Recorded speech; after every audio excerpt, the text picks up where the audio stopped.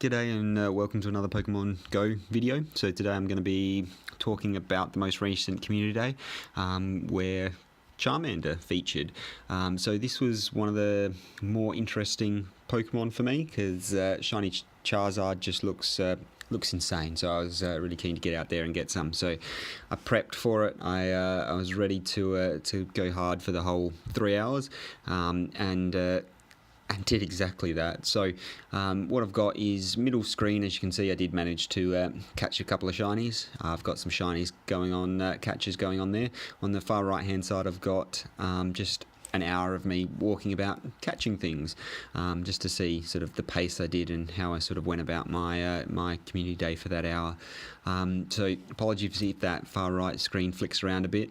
I was trying to catch absolutely everything I could, make sure I didn't miss anything. So for the full 3 hours of the community day, I was lucky enough to have weather boost, so full sunny weather for the full 3 hours. I also threw on a incense and a star piece, and for pretty much the whole 3 hours, probably about 20 minutes where I didn't have it, so in between incense and star piece, where I forgot to drop them, but for pretty much the entire time I had both of those going, so that sort of helped me through. Now I'll go through some stats because that's what interests me, so you can see sort of the ratios of everything, how far I had to walk, all of that sort of stuff, just exactly how I went for 3 hours of that community day. So I'll start off with something that's probably a little less interesting for people, the jogger medal. So how far did I walk? So I think what I'm getting credit for in the game and what I actually walked may be a bit different. So Pokemon Go credited me with walking 8.5 kilometers in that 3 hours. So I'll probably next time I might throw on a fitness app so that tracks my distance, just to see what the difference is, see if there's a big variation there, because I thought I would have gone a little bit further than that. I would have assumed I would have broken the 10k, but as it turns out, 8.5, so not a bad effort really. Happy with that. Now, the next one I'm going to take a look at is the backpacker medal, so spinning Pokestops. So as I was walking around the city, I was trying to spin as much as I could. So the number of Pokestops I ended up spinning for the 3 hours was 135. Now, that was 135 in 3 hours, so that's, again, I was pretty happy with that. So the main thing is just to keep the number of balls you have up, so if you do encounter shinies, you can catch them. And capturing as much as you can, because obviously Stardust and all that sort of stuff. Now, of the medals, potentially the most interesting one, well, at least the most interesting medal for me, was Pokemon Ranger. So looking at the number of field research completed in the 3 hours. So the reason that field research is still probably the most interesting for me is I'm still trying to get gold badge. So it is something that I'm trying to get. So the most interesting thing was how I managed to get my field research badge up. So in total for the 3 hours, I had 95 field research tasks complete. So completing 95 tasks and I spun 135 Pokestops sort of tells you that I didn't spend much time in the same area. So my advice, if you're looking for field research, trying to crank that up in the next community day, was have a central point. So for me, there's a central point in the middle of the city with 4, so there's a quad stop, so you can lure all those up and reach them all from one single point. So that sort of was my base, as I might say, and then from there I sort of walked away from that, so would walk in sort of loops out to the north, the south, the east and the west.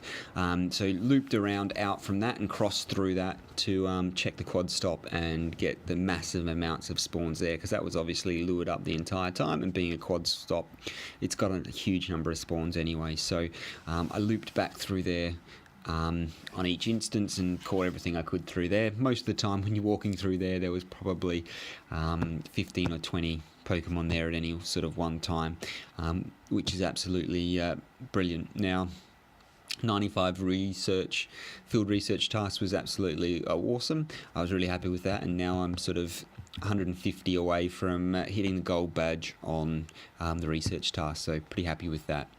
That's the sort of more, well, some of the stats that people probably actually don't care about. To me, that's interesting, but for everyone else, they're probably more interested in what's coming up now. So looking to move at more interesting ones. So XP and Stardust.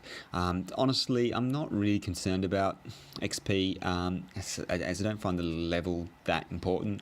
I mean, it doesn't make a difference what level you are beyond level 38, and even at level 38, so the only difference is you can power up Pokemon to level 40, and powering up a Pokemon to level 40 isn't really the best use of resources, so it uses a lot of dust and a lot of candy, and the break points for Pokemon when attacking pretty much aren't level 40, so unless you've got something a little bit weaker, the only time I'd power something up to level 40 if it's something you actually like, so a shiny legendary, a shiny anything really, or just one of the mon that you absolutely love and happen to have 100% or have something else equally high. If you like it, power it up, but there isn't much point powering everything up to level 40 because it doesn't actually make that much difference. Anyway, that's for another time. I'll move on and get on with it. So the XP in 3 hours. So to keep in mind, I didn't actually use any lucky eggs. So the XP I earned was purely from, well, was the work done. So XP I earned for 3 hours was 80,000. So I managed to earn 80,000 XP in the 3 hours. So it works out at 25,000 XP an hour, which is pretty good when you're not using lucky eggs and, well, using the evolve trick that I'm sure everybody knows. Set a lucky egg for half an hour and spend half an hour evolving things. So 25,000 XP an hour for purely catching Pokemon was pretty good, so I was happy with that. So, but like I said, I wasn't really that concerned with the XP. What was more interesting is Stardust. So for 3 hours, I had a star piece running pretty much the entire time. Like I said, probably about 15-20 minutes that I didn't, and I earned 180,000 Stardust. So works out to be 60,000 Stardust per hour, or quite conveniently 1,000 Stardust per minute.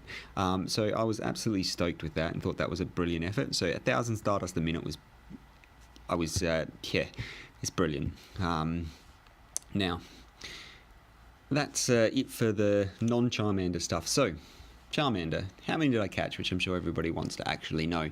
So the Charmander I saw for the 3 hours was I saw 260 Charmander, and of those 260, I caught 253. So only 7 Charmander run on me on that day. So 253 caught. Of those 253 caught, 20 were above 80%, so that's not too bad.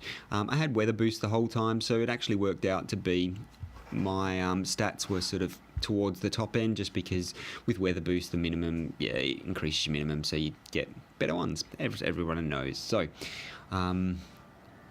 shinies, I ended up catching 12 shinies, so out of 253, 12 shinies, so that's just over 4.5% were shinies, or 1 in every 21 Charmanders I caught were shinies, so that's brilliant. And of those, 2 were above 80%. I caught 1 at 84% and 1 at 91%, so I was happy with those too. So 253 caught, 12 shinies, 2 above 80%.